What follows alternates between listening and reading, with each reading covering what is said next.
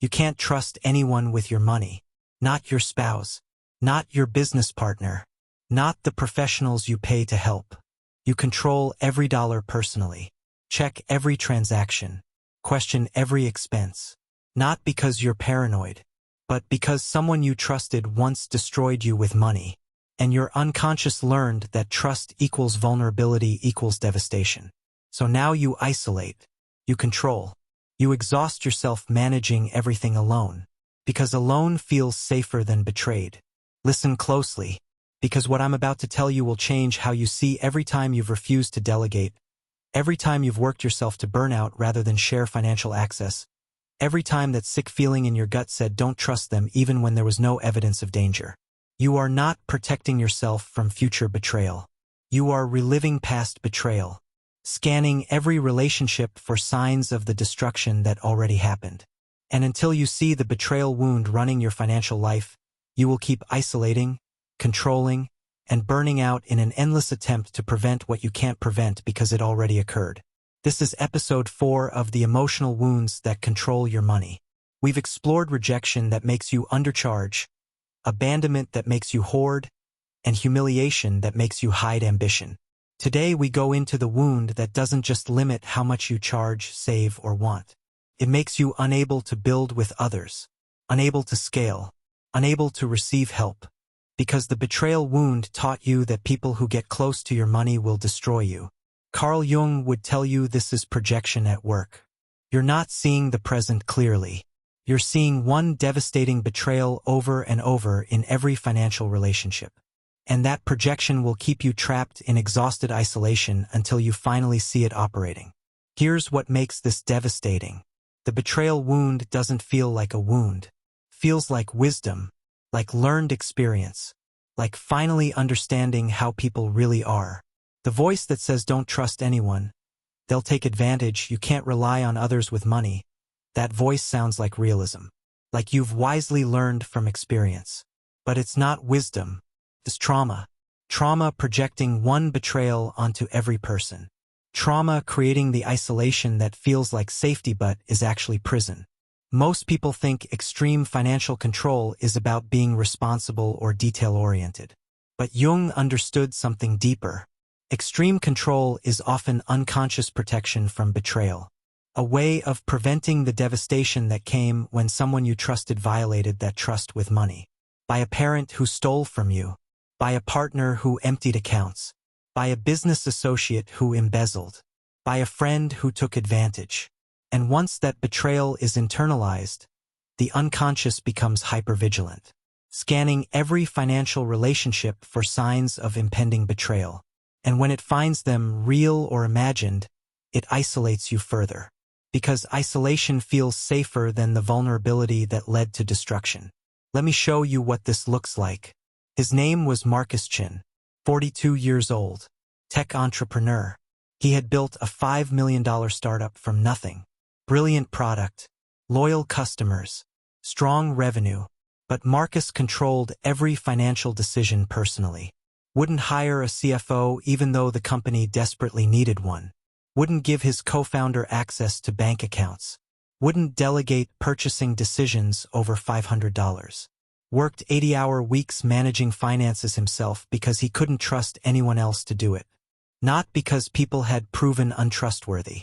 Because when Marcus was 14 years old, his father's business partner, his father's best friend of 20 years, embezzled $300,000 and disappeared. Destroyed the family business. Destroyed his father. Destroyed their financial security. And Marcus, watching his father collapse under the betrayal, learned something that would control his financial life for 28 years. People who get close to your money, even people you love, even people you trust completely, will destroy you. When Marcus came to work with me, his startup was at a breaking point. Investors wanted to put in $10 million for expansion. But they had one non-negotiable requirement: financial transparency, proper accounting systems, a real CFO, and Marcus couldn't do it.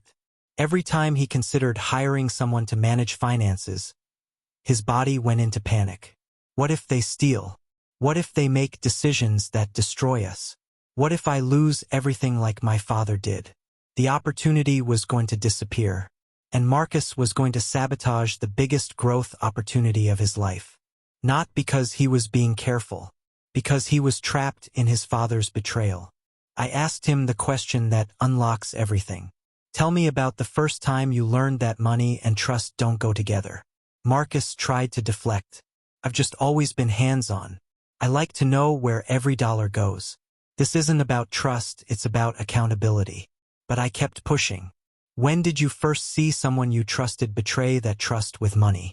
And slowly the memory surfaced. The moment that had been running his financial life for 28 years. Marcus was 14. His father owned a manufacturing business with his best friend. They'd been partners for 2 decades. Grew up together.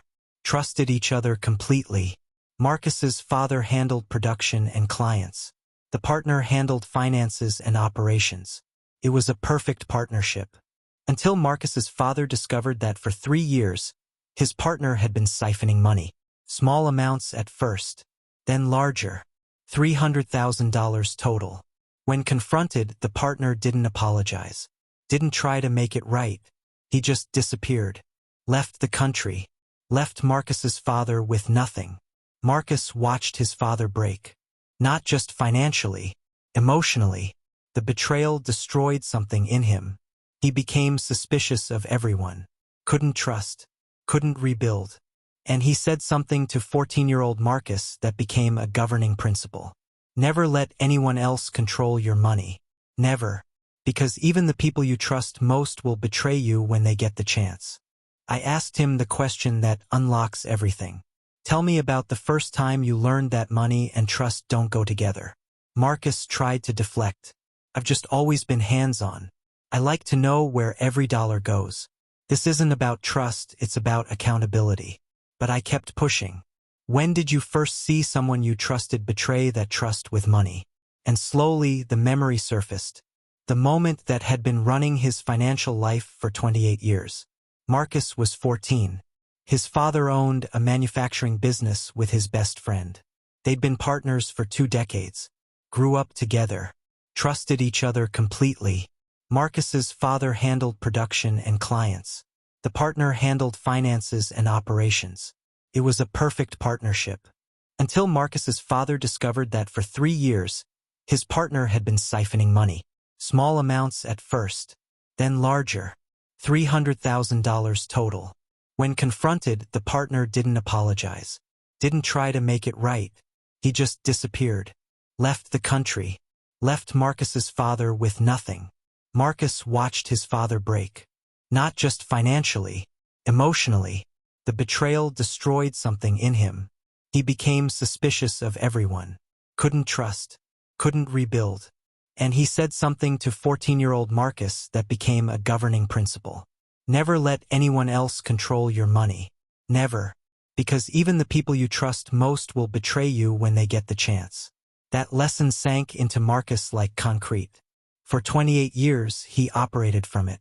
Every business decision filtered through that moment. Every potential partnership evaluated against his father's devastation. Every person who could access finances seen as a potential betrayer. And his unconscious protected him. It whispered, "Don't hire that CFO, they'll steal like Dad's partner did. Don't give your co-founder access, they'll betray you like Dad was betrayed. Don't delegate, don't trust, don't share control. Because sharing control with finances leads to destruction." This is how the betrayal wound works. It doesn't announce itself. It doesn't say, "I'm keeping you isolated to protect you from repeating your father's trauma." It disguises itself as prudence, as accountability, as being responsible. And you follow it because you want to protect what you've built. You don't realize that the protection is actually paranoia, that the vigilance is actually trauma, that the isolation is creating the very failure you're trying to prevent. Marcus's pattern was consistent. Every time the company needed to scale, scaling required delegation. Delegation required trust. Trust triggered the betrayal wound. And Marcus would find reasons to not delegate. "We're not ready for a CFO yet. I need to understand the finances myself first. We can't afford to bring someone in." Each reason sounded logical, like careful business management. But underneath it was fear. Terror that delegating financial control would lead to the devastation his father experienced. The investor deadline forced the issue. Marcus had 2 weeks to decide. Hire a CFO and implement proper systems, or lose $10 million and the chance to scale. And he was paralyzed. His rational mind knew he needed help, knew he was burning out, knew he couldn't grow the company alone. But his betrayal wound screamed, if you give someone access to the money, they will destroy you. If you trust, you will be betrayed. Your father trusted. Look what happened. I asked Marcus to look at the situation differently. What evidence do you have that your CFO candidates will betray you? He started listing possibilities. They could embezzle. They could make bad decisions. They could have conflicts of interest. I stopped him. Those are possibilities. What evidence of actual intention to betray do you have? He was quiet, then honest. None. I don't know them well enough to have evidence either way. But I can't shake the feeling that they will. That feeling. That's the betrayal wound. Not evidence. Not intuition. Just the wound projecting your father's experience onto people who have done nothing to warrant suspicion. Your unconscious isn't protecting you from these specific people. It's trying to protect you from what happened to your father. But it can't. Because what happened to your father already happened. You're not preventing it. You're just living in reaction to it. Marcus sat with that. And slowly something shifted. He realized he'd been operating as if his father's betrayal was happening to him. As if every person with potential financial access was his father's partner. As if the devastation was imminent. But it wasn't. His father was betrayed. Not him. His father's partner disappeared. Not his co-founder. The trauma belonged to his father. Marcus had just inherited it. And he'd been running his entire financial life trying to prevent something that wasn't actually threatening him. But knowing intellectually that the betrayal was his father's, not his, didn't immediately heal the wound. Because the wound had created a complex. Jung's term for an autonomous pattern that operates outside conscious control. Marcus's betrayal complex scanned every person, every situation, every financial decision for signs of impending betrayal. And it found them everywhere. Because when you're looking for betrayal, you see betrayal. The CFO candidate asked about salary expectations. They're greedy, they'll prioritize money over company. The co-founder questioned a decision. They're positioning to take control, they'll betray you. This is projection. Jung understood that we project our unconscious content onto the world. Marcus wasn't seeing people as they were. He was seeing his father's betrayer in everyone. The unconscious doesn't distinguish between past and present, between one person and another. It just knows. Trust with money led to devastation. Therefore, trust with money will lead to devastation. And it creates a self-fulfilling prophecy. Marcus couldn't trust, so he controlled everything, so he burned out, so he couldn't scale, so the company stagnated, proving that he needed to control everything to survive. Healing required Marcus to do something terrifying. To trust strategically. To give someone financial access knowing the betrayal wound would scream danger. The first step was small. He hired a part-time bookkeeper. Not a CFO. Just someone to handle basic accounting. And he gave them limited access to accounts. Read only at first. The wound activated immediately. What if they see something they can exploit? What if they share information with competitors? What if this is the beginning of betrayal? But Marcus sat with the fear instead of acting on it. Watched the bookkeeper work for 3 months. And nothing happened. No betrayal. No exploitation. Just competent work. And Marcus realized. The betrayal I was certain would come didn't come. Maybe the certainty isn't about them. Maybe it's about the wound. Encouraged, he took a larger step. Hired a fractional CFO. Someone experienced who would implement systems and oversight. The wound went into overdrive. This is it. This is how you'll lose everything. They'll have access. They'll take advantage. You're making the same mistake your father made. But Marcus recognized the voice now. Saw it as the 14-year-old trying to protect him from his father's pain. And chose differently. Hired the CFO. Gave them access. Set up checks and balances, yes, but also gave trust.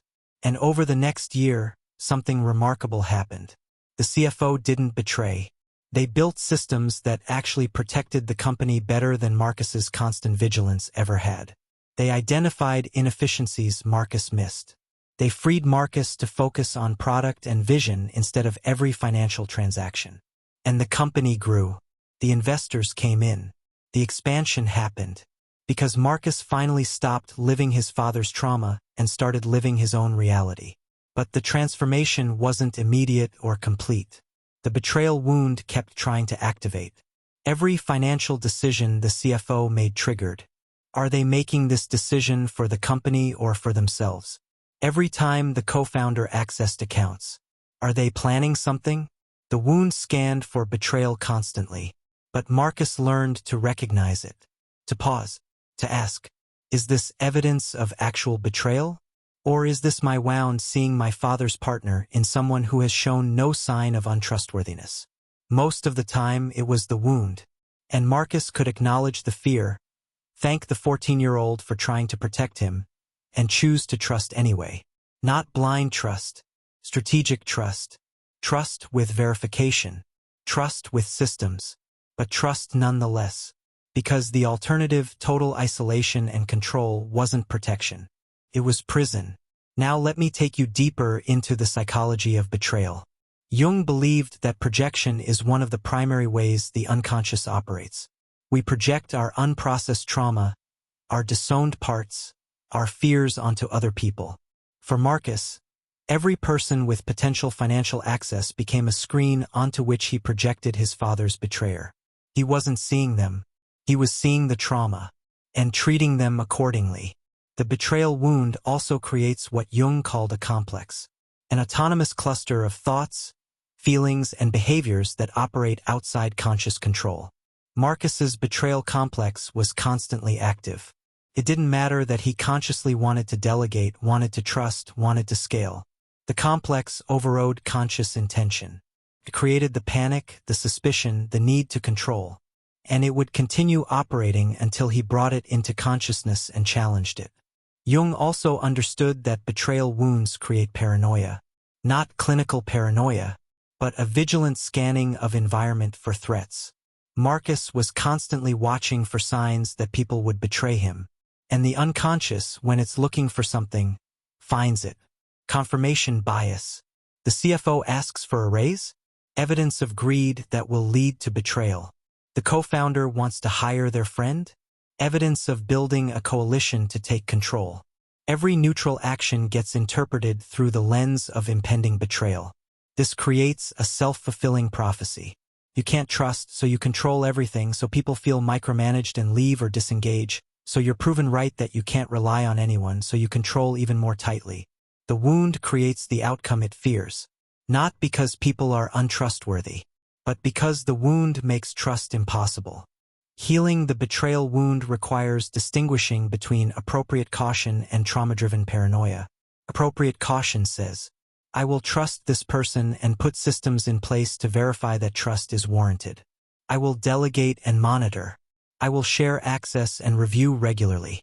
Trauma-driven paranoia says, I cannot give anyone access because they will betray me. I must control everything personally. I must assume everyone will take advantage.